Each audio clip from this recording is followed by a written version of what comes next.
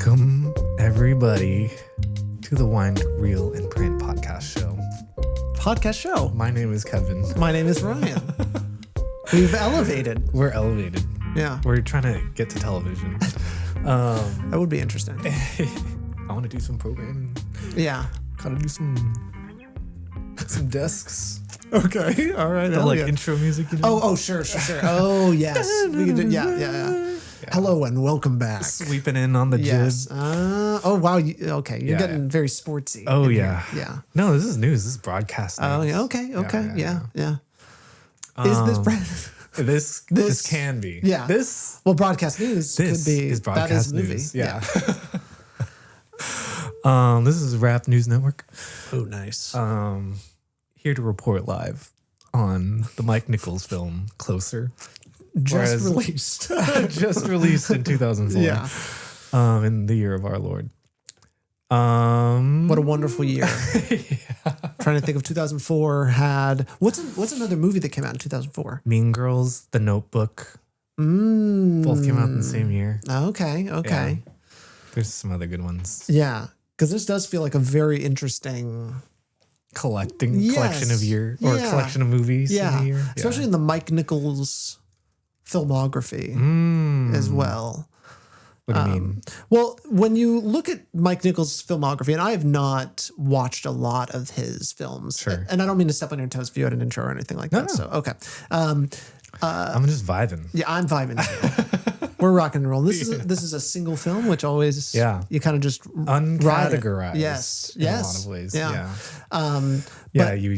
He had a number of like huge movies at the beginning, and then this is like I think his second to last movie. Yeah. And so he's obviously really known for Who's Afraid of Virginia Woolf, The Graduate.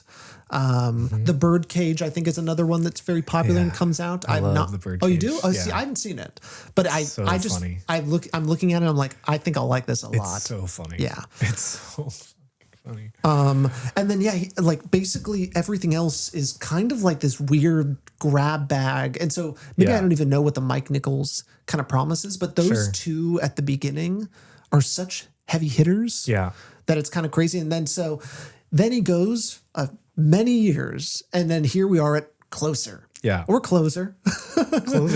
Closer the door on your way out. Nice. So maybe you know what the Mike Nichols thing is. I don't. That's on my list. There's on your list. Yeah, Share it with me next time. Yeah. Well, I think that's part of the conversation. I think with this is like, where does this fit in the thing? And I think I love Mike Nichols as a director or as a filmmaker because of what he represents in the grand scheme of things. So for one, he comes from theater and he's like trained in that space. So a lot of his movies, Who's Afraid of Virginia Woolf, for example, are like adapted from plays, and this is adapted from a play. So he's gonna live in that space, and as in virtue of that, the acting is gonna be pretty great, at least. Yeah. And I think you get that with this film with the cast, and we'll kind of talk about that too because I have questions. And so talk about a cast. It's so weird. It's so all over the place. I think so all over the place in its casting. Like when we ended up like randomly choosing this film as we normally do, it was like, what? Who are these four together? It's like when you know about Bowfinger, it's like, oh yeah, Eddie Murphy and Steve Martin. They did exist at the same time. Yeah, and this is like one of their only things they ever did together. Yeah. It's like, oh, I never really realized it, but that's a combo. Yeah. And this is like, obviously Clive Owen was kind of in his heyday and moment, kind of like heartthrob era in the early 2000s. Jude Law, same thing. Same, and very Julia young Roberts. Jude Law. He just feels so young. Boyish, boyish. Yeah, and Julia Roberts also kind of in her early 2000s kind of like remake era, because obviously she was big in the 90s. Yeah. And then Natalie Portman, this is during her Star Wars era. Yeah, and then V for Vendetta and everything. Yeah, and so she was about to like take off in a lot of other directions after this and become the Natalie Portman we basically know today. Yep. So wow, what a weird, interesting, weird cast. Yeah.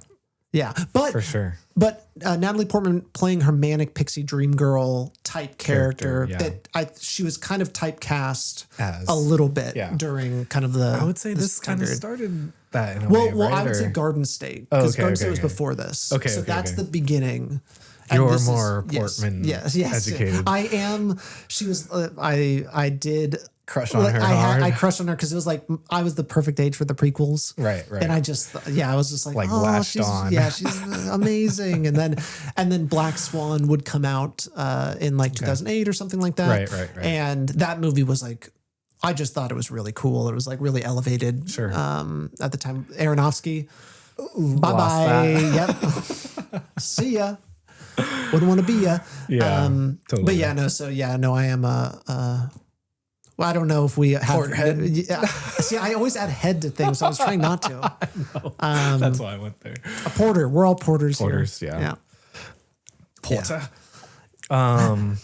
So okay. And then lastly, with the Nichols movie, which I feel like is central to this, is like the relationship and the drama that builds out of love and and all that. And so I definitely like this movie more than the average person, probably because of like all these things. Yeah. That we kind of talk about, the theater, the acting, and then the relationship kind of dynamics and everything. Yeah. Because at the core of it, I think I'm calling this toxic relationship episode part 1 for today. And toxic girl? Toxic relationship. Oh, toxic relationship. Yeah, yes. There's some so toxic. It's crazy. And it's like the movie kind of sets up with how toxic it is really fast with Julia Roberts and Jude Law. Like that happens really fast. And it kind of comes out of nowhere. Like I didn't really believe it when it happened, but then the whole movie, that's the crutch of everything after that. So it needs to happen for the drama. But I was just like, those two, and I mean, maybe it's me like looking at Jude Law and being like, I'm just like, what do they see in each other? Like, I don't know. But I mean, that's part of the casting, right? Of it, like these people don't really fit. I don't feel like they have the chemistry. Yeah. You know, like it feels different.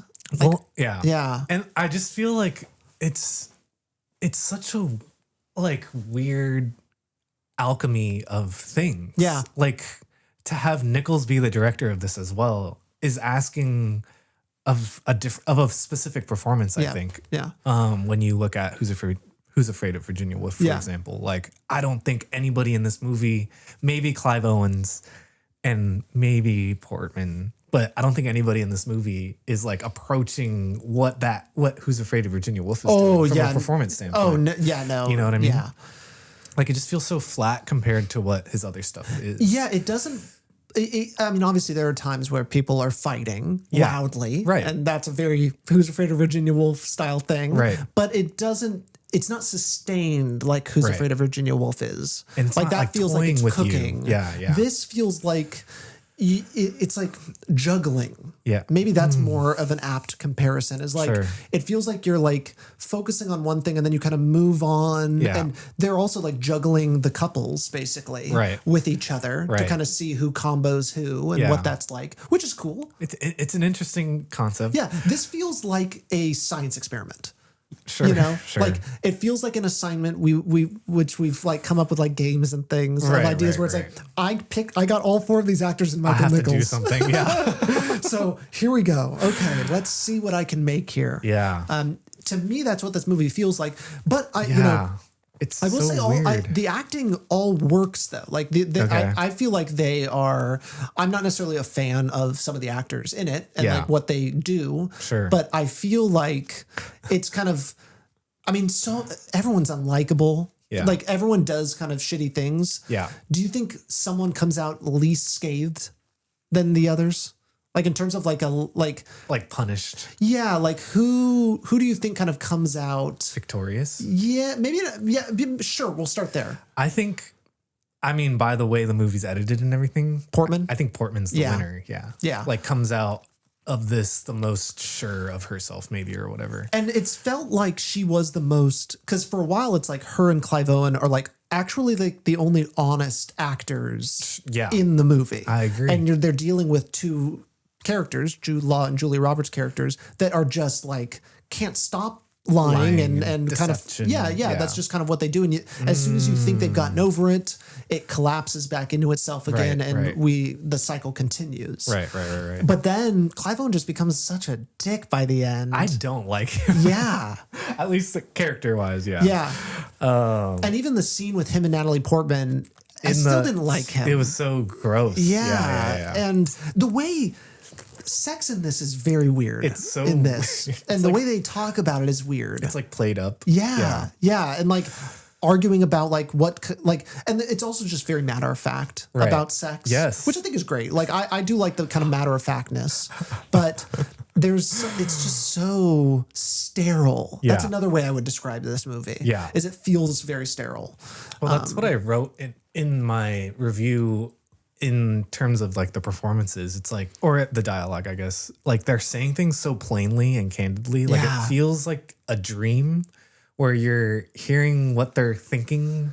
So like in your face kind of a thing. I don't know if that makes sense, but it just felt very off kilter in some ways of like, I understand this is not realistic dialogue, but in a way it works in terms of like driving up drama and like, kind of surprising you and being shocking. I don't know. It was a weird thing of like, I know this is wrong, but at the same time, it feels right. Yeah. I don't know. It feels like a good movie. And it's a movie I'd like to talk with Sam about. Because I feel like Sam's the kind of person you talk to with this. Yeah. Because it feels like this? Like, give me the giant galaxy brain movie scope perspective on this. Right. And like, where it sits and how it is. Because, it does feel like a science experiment. Yeah. And I recommend it for that reason alone of just like, if you want to be like in a weird place that you can't really put your finger on. And then it kind of ends in a way too, where it's just kind of, it still isn't all that satisfying either. And it's just kind of, I don't know. Right. It's so hard to know what to feel with this for me. But I 100% agree. Yeah, and I would say I'm laughing because I agree with everything. You selected this movie. I selected this movie. So why was this on the list? Where have you heard about this? Because I'd never heard about this. I mean, this is like Tumblr girl movie. I feel like. Is it? Okay. And I don't know. It has like this kind of cult following. Okay. Especially as being, if like you're into romance dramas and stuff. I remember hearing the Julia Roberts, Clive Owen argument when they're talking explicitly about the sex and everything. I remember hearing that from something. Yeah. So it's like, I feel like has some sort of cultural significance in some way. And then the Natalie Portman stuff is very like, it becomes like iconoclast. Like people kind of take it and use it as their sort of Tumblr meme thing or whatever. Yeah. Like the quote, lying is something like lying is the best thing a girl can do without taking her clothes off. Yes. Like, that's like a popular sort of quote. Yeah. Yes. And then I just love Mike Nichols. Like I love Who's Afraid of Virginia Woolf is like top movie for me.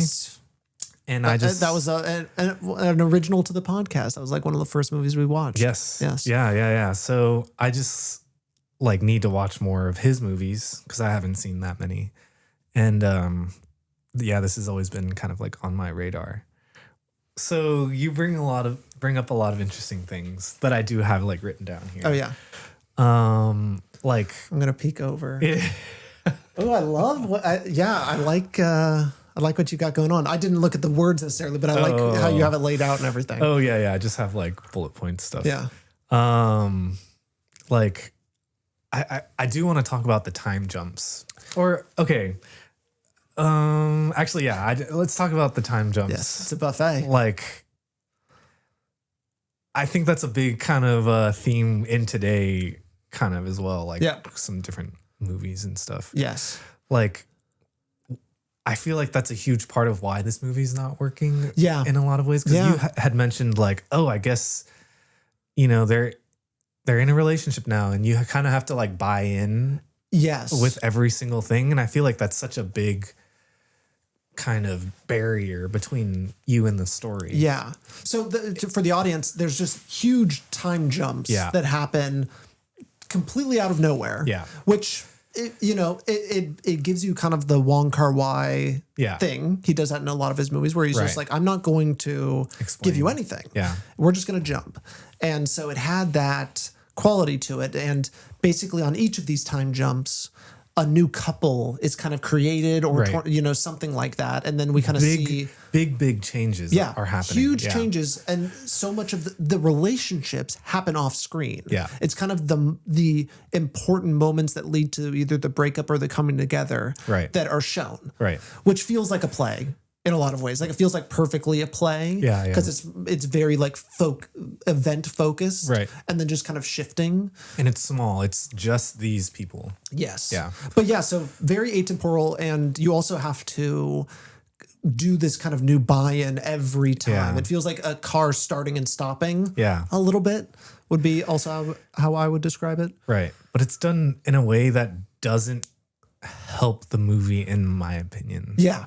Because I again, with the casting, like it's hard for me to buy in with every single one of their relationships and stuff. Like the Jude Law, Julia Roberts one was weird to me. Yeah. And even to me, all of them just it's true. Don't fit. And I don't believe them falling in love that quickly or in the time that they're kind of assuming on screen. Yeah, the Clive Owen, Julia Roberts was like the one that you kind of like could understand, but they're getting married, and and it just like you didn't really believe it was that good, right? Because like when they met and everything, exactly. It's just like, and then how they met, it's like that's so out of nowhere. It doesn't make any sense. Like it's so like who like what? Yeah. Basically, for the folks at home, Jude Law is like pretending he's like catfishing people on like a sex website. Yeah, and it's just like tricks. Typing. Yeah, exactly. And so he is tricking Clive Owen by saying he's going to meet him at the aquarium, and then Clive Owen meets Julia Roberts' character, and that's how they fall together. And they call Jude Law Cupid. Is what he's kind of called because he set them up. But it's just like, the way who Jude Law is so weird. So weird. Yeah, and then him crying in the end, like with fucking, what's his name? Clive Owen in his office. Yeah. Yeah, just like every scene I was just like, what the heck is it? Yeah. Like, I don't get it. Like, by the time you buy into one time jump, the next one happens. Yeah. And it's like a whole new like gymnastic like routine. And you're just like, oh my God.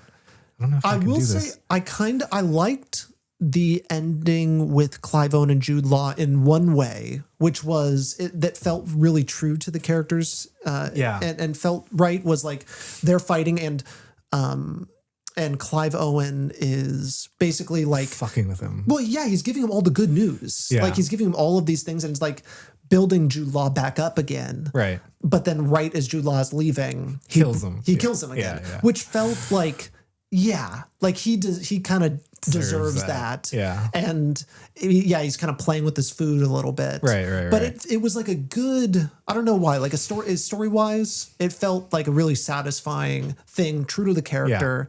Just a moment that I liked. Yeah, no, I agree with all of what you're saying. It's just I don't know. Yeah. Yeah. I was going to say, who of these four would you want to get in a relationship with? Jude Law. Yeah. Really? I'm like, in the movie, or like the movie character. Actor? No, the movie character. Like if you had to end up with one of the four of them, which one do you think would you'd be most compatible with? Most compatible with either Julia Roberts or Natalie Portman. Yeah, I think because Clive Owen is not a good person. He's good for a while. Good-hearted, but he's so rough. But then he becomes. I know he's such a man. So kind of burly. Yeah. And the way he talks and speaks about things. Yeah, it gets so ugly at a certain point. It's gross. Yeah. Or it just feels gross to me. Yeah, Natalie Portman feels like the most pure of them in some ways. Yeah. Like she has a good head on her. Yeah, shoulders, so to speak. Yeah, so lucky for me, I get to stick with Natalie. Yeah. I mean, yeah. I guess Julia Roberts has stuff She's slimy. She's so slimy. Like I just can't. Yeah. We got to do that. You know how they have like those right. video game dating simulators? Like we got to do it for like characters in movies. Play it out. Yeah, true. To see how that would work. I don't think many people grade movies like, could I date that character? Yeah. It's an interesting thought exercise. It is. It's like the little horoscope thing. Yeah. I mean, this movie is so perfect for that because there's 4 very distinct characters. Yes. Yeah, that's something that's good. Is like they do all feel really distinct, and that's what's cool about mixing them up. Right. Yeah, in a blender. It's like cards. Yeah. But then I just don't like them. Yeah, it just feels. I think the casting feels really weird, and the people are bad. Like shitty people. Yeah. So, do you know anything about this play that it's based on? Nope. Cosi fan tutte? Nope. Just knew it was a play. Yeah, it's like I guess the play is based on this Mozart thing. Yeah, I don't know. And the movie references the opera in the plot and the soundtrack. Oh, okay. Yeah, so it's like kind of a thing. Yeah, it's like a bunch of different things. Yeah. Ooh, that's cool. So kind of one thing that I feel like maybe influences what's going on here, I would say. Yeah. Cate Blanchett was originally cast in the role of Anna. Which is Julia Roberts? Yeah. Oh, that would have been a lot better. And maybe speaks to this like mismatched feeling that the movie has of like, oh, this was meant to be a Cate Blanchett movie. And all of a sudden, these other casting decisions make sense. Yeah. In my opinion. Having Natalie Portman in here, having Jude Law. Yeah. Like there feels more cohesion when you add Cate Blanchett in there. Yeah. You know? Yeah, I think I would like that like more. A lot more. Yeah. I feel bad for Julia Roberts because I just don't think I like her. Okay, so that was my next point. Yeah. My next bullet point. Julia Roberts, ? Are we a fan? Yeah. I just don't. Because where does she sit for you? A precursor to this conversation point.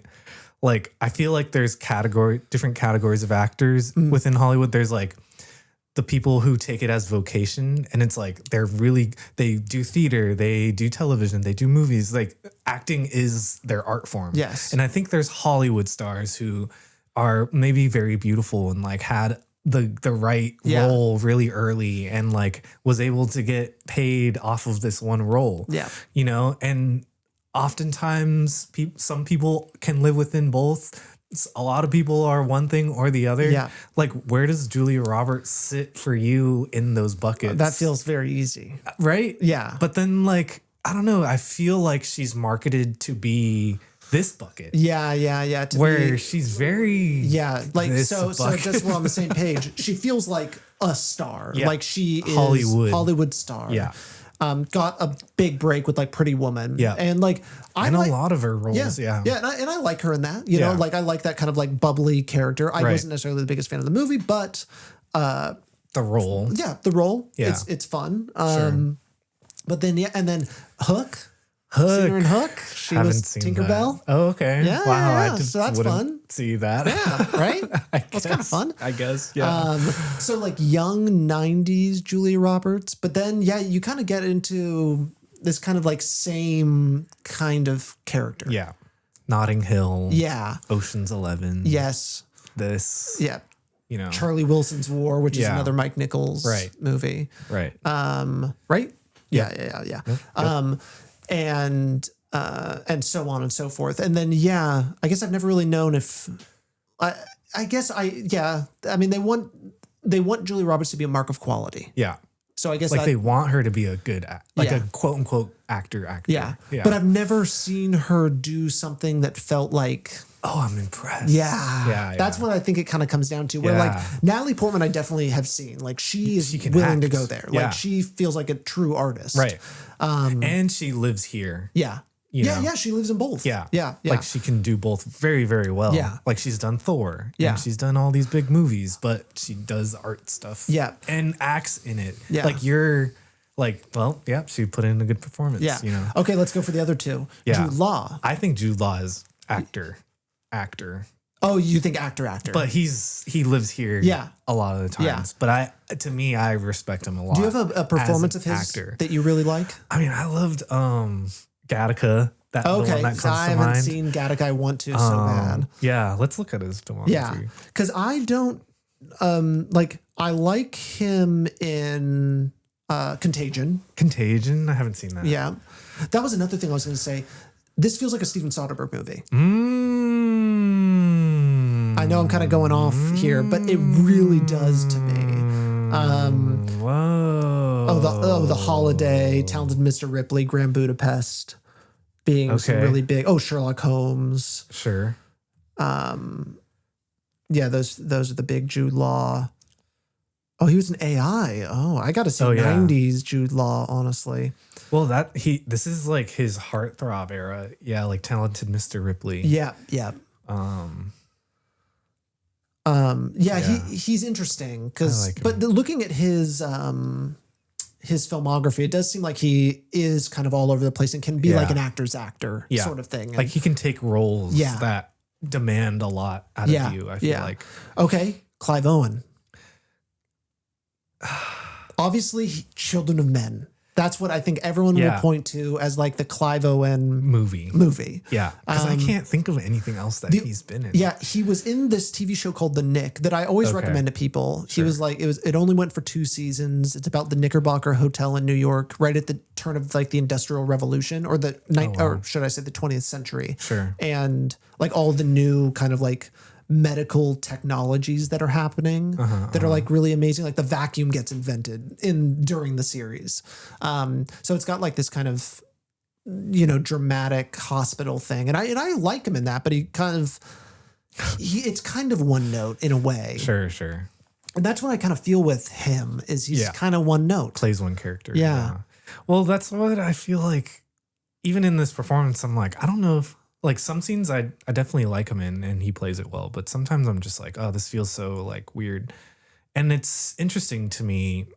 I don't know. I can't really wrap my head around it because he's nominated for an Academy Award for this movie.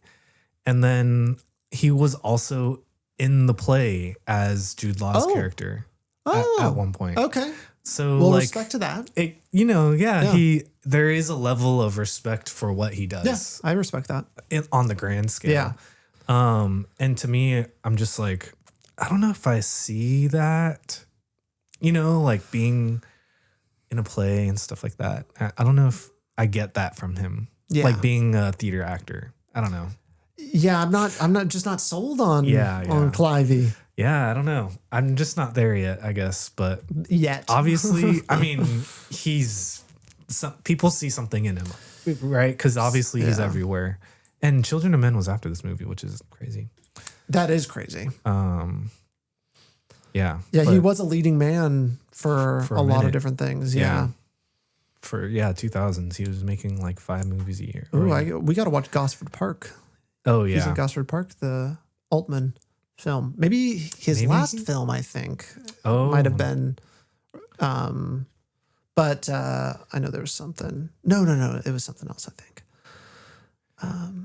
Yeah, I mean, he must have something that people like. He must be fun to work with. I mean, he seems like a nice guy. Yeah. But yeah, it is an interesting like thing seeing like an ensemble like this and like how they all fit into the thing. Cause like, you speak about, you always praise directors who use non-actors. Yes. And able to integrate them into this performance thing. Mm-hmm. I think it's an equally interesting thing, maybe not as like merit worthy, but I think it's an interesting thing of working with Hollywood stars. Yes. And like, how do you integrate this stardom into your thing, especially if you're trying to make it like through realism and stuff like that. Like, I don't know. Okay. Who does that well? director-wise? Yeah. I mean, I immediately Safdie Brothers feels like that's an appropriate contemporary choice. Yeah. I think Denis does that. Yeah. I think very, very he well. can package anyone in a really interesting way. Yeah. No matter how big or small. Right. Part of me goes into the Christopher Nolan direction too, but maybe Sure. that's different. Sure. In what way? That's a good question. At first he has the star power. Like it Goes big. Yeah. He has Matt Damon starring in The Odyssey, which is kind of the most insane casting I've ever heard in my life. I mean, he just had what's his name? What, Cillian Oppenheimer. Murphy? Yeah. You know, like talk about going bold. Matthew McConaughey in Interstellar. Yeah. Like going with these names that like no one would go for. Which is that's probably it right there. Is like being able to take this true. and make this. Academy Award winner, what's her name? Anne Hathaway. Oh yeah. Right? She won it for Interstellar. Didn't she win it for Interstellar? Maybe. I mean, she did a great job. But it's just crazy putting those words together. Yeah. No offense. I like Anne Hathaway a lot. I do too. But I know what you mean. Like her. I wasn't like a Princess Diaries I was. kid. Yeah. So I didn't really have an image of her. Like I love her movies from that era. Yeah. So I guess that probably explains why it's kind of really weird. Yeah. It is just, yeah. I mean, yeah, she won for that. Yeah. Wow. I do. I think Anne Hathaway's a very interesting actor. And it's almost like if we were to like, okay, here's something. Oh, wait, no, sorry. I got that wrong. Oh, you got it wrong. It's a different movie. Well, if we're going to also correct the record, I'm also going to say Robert Altman's final film, I'm pretty sure, I might even get it wrong a second time, is A Prairie Home Companion. And not that one. But my internet is so slow, so correct me if I'm wrong somewhere. Other people. Yeah. Okay, no, yeah, Anne Hathaway is a good actor. Oh, wow, you came around. I guess I just don't really see her as that, but she definitely has this over. Yeah. It's like, okay, yeah, she's done it. She's got it. So, but yeah, Christopher Nolan, I think that's great. Yeah, I think that works. Because he has track record. Because I think when you think of Yorgos or Martin Scorsese of like working with the same people. Yeah.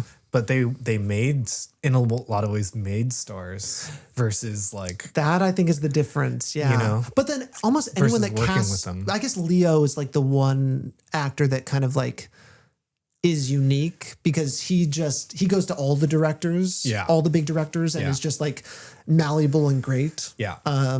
So he almost doesn't count because he was like made in a lab almost for to this be anything. Yeah. You know, he's like the perfect Hollywood. Yeah, I think. I think he's great. I mean, every movie I see him in, he's great. Well, he's so, like you said, he's very selective with who he's working with from a director standpoint, and I think that he's always picking like auteurs. Yeah, like the big name people. Yeah, which I think is super awesome. Yeah, because I don't know, you don't see Sydney Sweeney doing that. Yeah. Just saying. Wow. You went from Leonardo DiCaprio to Sydney Sweeney. Or I mean, there's so many people that pick bad movies. Like it's like a mark of like who they are. Yeah. It's like Lawrence Fishburne. He picks bad movies. Yeah. Like always. Like he did The Matrix and then it's just like there's plenty of actors where it's like this is not going to be a mark of quality. For a while, Bruce Willis was like that, and Mel Gibson, and almost any action star in their like later years. It was like okay, it lost the sheen. Yeah, so that happens aplenty. Yeah, the Steven Soderbergh connection. If I like, I think that there's like Steven Soderbergh has. I don't even want to say like a coldness. But there is something to Steven Soderbergh's coldness, we'll say. It is a nihilism in a way. That this absolutely has. Right. Okay. And so like okay. Yeah, if I were to say I could see a swapping out, but I don't know Mike Nichols enough to like say. Here's my Mike Nichols argument of like why I feel like it doesn't work for Mike Nichols. And I agree with it being better suited for someone like Steven Soderbergh is because it does feel super nihilistic and less playful than what Mike Nichols like I feel like works in, because for backstory, him and Elaine May, they had like a comedy group. And they started with doing a lot of that kind of stuff. Okay. And so when you look, The Graduate, Birdcage, even though Who's Afraid of Virginia Woolf is a drama, it's playful. Yes. Oh yeah. It's fun. Yeah. Like you can get down with the editing, the acting, the camera. It's just like crazy. Yeah, it's crazy. I don't think you get that. No. This is like, it feels pretty standard. Yeah. And it feels, I think this It's also, cold. and I think Steven Soderbergh is kind of known for being just like efficient and productive. Yeah. That he's kind of not messing around. Maybe there will be some things here. I think like Presence was probably like his most like inventive gimmicky. Yeah, novelty exactly. thing. Yeah. Where this like feels like it's kind Perfect of, it's for him. perfect for that. It's like small, like the play kind of aspect of it. Yeah. Like, efficient. 4 characters. Yeah, exactly. I agree.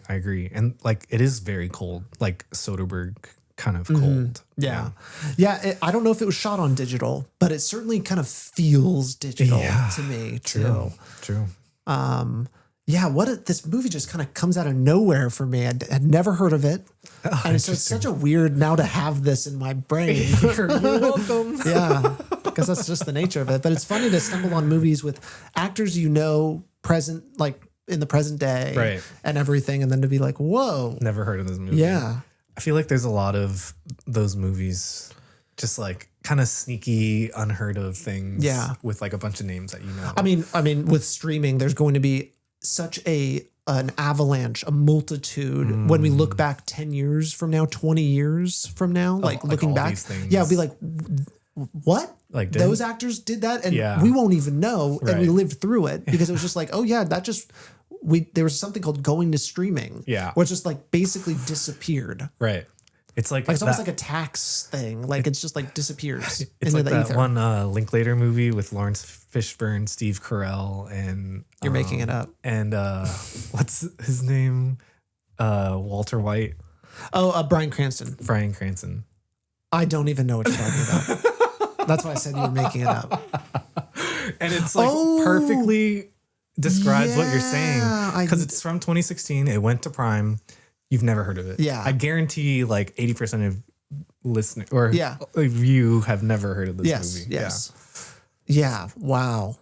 I think I see the poster because it was like the 3 of them on the poster. Yeah. And I don't know if it was like historical or it's like a military movie. Yeah. Ugh. But yeah. Weird. It's crazy. And Linklater is another like efficient, quick, Yeah.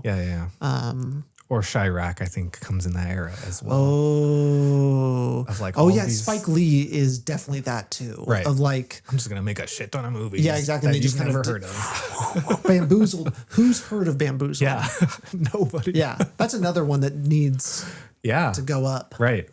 Yeah, because sometimes they completely whiff. Yeah. Sometimes plenty. it's like, oh wow, that was a really good triple. Yeah. That like no one's ever. Yeah, exactly. It's like, dang. Yeah. No one's talking about this, huh? Yeah. Because we only know the home runs. I know. But there's some good doubles. There's some good triples out there. That's a good way to think about it. Yeah. I'm here for baseball analogies.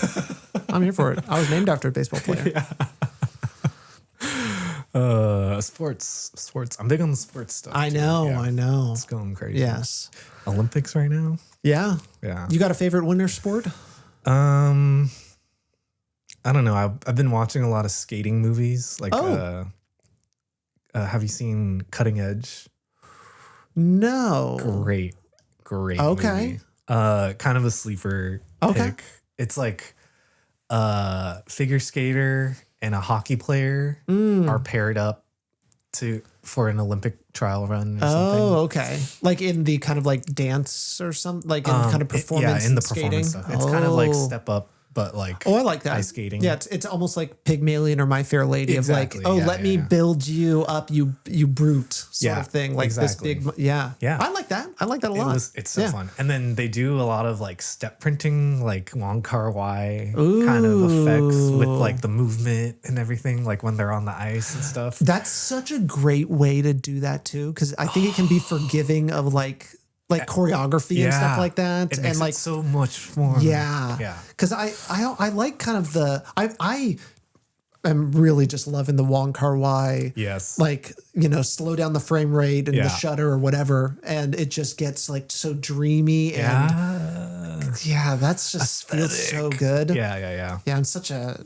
Wong Kar-wai is just like up there as like, it just tastes good every time. It's a delicacy. Yeah. Because I think a lot of people don't do it because it's so clearly like an imitation of him. True. I guess there's that too. But I remember when I first saw it, I'm like, that's a mistake. Yeah, right. But it just not. looks bad. Now it's like Yeah. his thing. Yeah. Yeah, no, it became so imbued within his kind of filmmaking style. But I think it's interesting that this is like a rom-com kind of popular movie. Yeah. Rom-com. I mean, that it's called a rom-com is kind of crazy because it's not comedy. Cutting Edge. Oh, Cutting Edge. Yeah, I see. I thought Closer. No, not this. Yeah. The other movie. I see. Yeah. Still using the Wong Kar-wai look, but in a different genre or whatever. Yeah. Yeah. Happy Together is kind of funny. Yeah, it is funny. Yeah. We'll get there. That's part 2 of the toxic relationship episodes. Yeah. I mean, toxic relationships make good movies. It's a great. I hate to break it to you. Yeah. No one wants to see like High School Sweethearts. No. Yeah. That doesn't make for good drama. In Mary's Happy, that is one thing that is said at one point. She's like, they're all writing screenplays in class. And she's like, and then the teacher's like, so not like, they make it together at the end, like there's no drama or whatever. And she's like, well, I want it to be happy. And she's like, no one's going to want to pay attention to that. Yeah. And it's one of those things where it's just like, that's always like your first like inclination. Maybe not everyone's, but it feels like when you're like young thinking about like movies and writing something is like, oh yeah, I want it to like do this. But then you realize like what rules. Drama is. Yeah. And there's nothing dramatic about everything going right. Right. You need something. Yeah. It's such an interesting thing. I mean, to talk about like the mechanisms of film and drama and stuff. Yeah. It is an interesting thing of like, why doesn't that work? Like who made that rule? It is interesting to think about. Like going to the theater to see everything go right. Yeah. What is that like? Like that's definitely a movie. Yeah. I feel like gotta be somewhere. Oh, it's gotta be somewhere. You know what I mean? But yeah. But like, why wouldn't, I don't know. That is interesting. Like, we like there to be some shit in it, like some stank on it. Yeah. And I feel like that creates some sort of complex, like subconsciously, of like, there always needs to be drama. There's drama everywhere or something. There's always conflict. There needs to be conflict. Yeah. I don't know. Yeah. There's probably utopian movies out there of just like, everything's great. Right. I feel like probably the Soviet Union had something like that at a certain point because they were like really like about that, about like kind of like showing like what is possible and stuff like that. True. There's probably something like utopian filmmaking. Maybe that's like what it's called. Interesting. Gotta look this up. Yeah. Put it on the spread. On the spread. That was the spread. Okay. I did get that. And the fact that you explained it, I hate to say this, you're making me look really dumb. I got the motion. I know, I get it. I just like explaining jokes. No, I know. It's funny. Feels meta. Yeah. Or the meta joke. Yeah. Okay. Well, yeah, that's it. I think that's, we overstayed our welcome. I think we did our duty. Yeah. Closer. 45. Yeah, that's good. That's great. Yeah. We talked about stuff. Yeah. One day we'll go back to Mike Nichols, I imagine. I'm curious on the center of his career. Yeah. It'd be very interesting to see. He has better movies. Yeah. But that's for next time. Yeah. On the next episode of... Did we forget the name? All right, folks, that's a wrap. We'll see you next time. Bye-bye.